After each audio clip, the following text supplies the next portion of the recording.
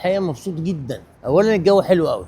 هم هنا بيقولوا برد برد برد، لا الجو حلو قوي بصراحه. ثانيا الحاجات جميله جدا وفيها يعني ليها روح كده وليها طعم. ثم انه بداوا من سنه كام بدات توضبوا الحاجات دي يا محمد؟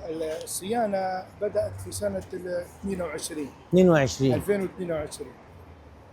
بس ده يعتبر لاهل طرابلس كلها مكان يتفسحوا فيه. تفسحوا فيه، ودائما الناس تحن إلى القديم. وسط البلد. أيوة. اه دي طرابلس. تعتبر وسط البلد القديمه. أيوة. كلها تعتبر وسط البلد. السلام عليكم، ازي الصحه؟ الله يكرمك. ازي الصحه؟ الله يكرمك الله يكرمك.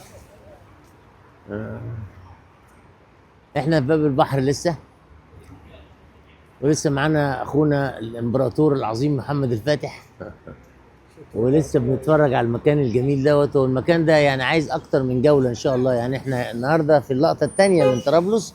شوفوا المكان جميل ازاي. يعني لما كنا في بنغازي، ساعدت انا في بنغازي، كانوا الناس تقول لك اوعى تروح بنغازي فيها مشاكل. رحنا لقينا الدنيا زي الفل. برضه طرابلس قالوا لنا كده اوعى. جينا زي ما انتم شايفين البلد الحركه فيها دايره تمام، وناس رايحه جايه والدنيا امان واخر حلاوه. وبتفطروا فاصوليا برضه؟ لا لا اوعى رجلك. قول لي بقى، قالوا لي بيفطروا فاصوليا. لا، احنا في طرابلس يا اما نفطروا بريوش. بريوش؟ ايه هذا الشيء ايطالي. او مثلا تو في الشتاء نفطروا سفنز.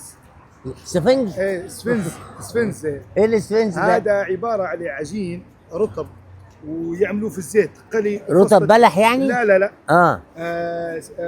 دقيق؟ قمح؟ إيه القمح، لكن العجين يكون عجين رخو.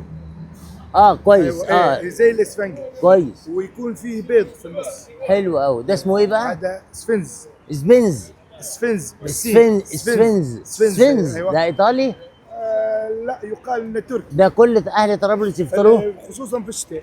في الشتاء؟ امال في الصيف؟ في الصيف ايه؟ في الصيف ما مثلا في عندنا الاكلات الزميطه. الزميطه دي؟ الزميطه هذه عباره عن شعير مرحي، ويديروه اما بالزيت. عايزين نشوف الحاجات دي كلها. احنا في الشتاء دلوقتي مفيش. خلاص حنجيبوها لك. هنشوف الثانيه اللي هي اسمها ايه؟ السفنز هو قريبه هنا. السفنز ده الصبح حتى تو نقدروا ناخذوه موجود. ايه، لكن بعد ما نكمل الجوله بتاعنا هتودينا ناكل سفنز؟ ده وعد. وعد. هتدفع الفلوس؟ هدفع كل الفلوس.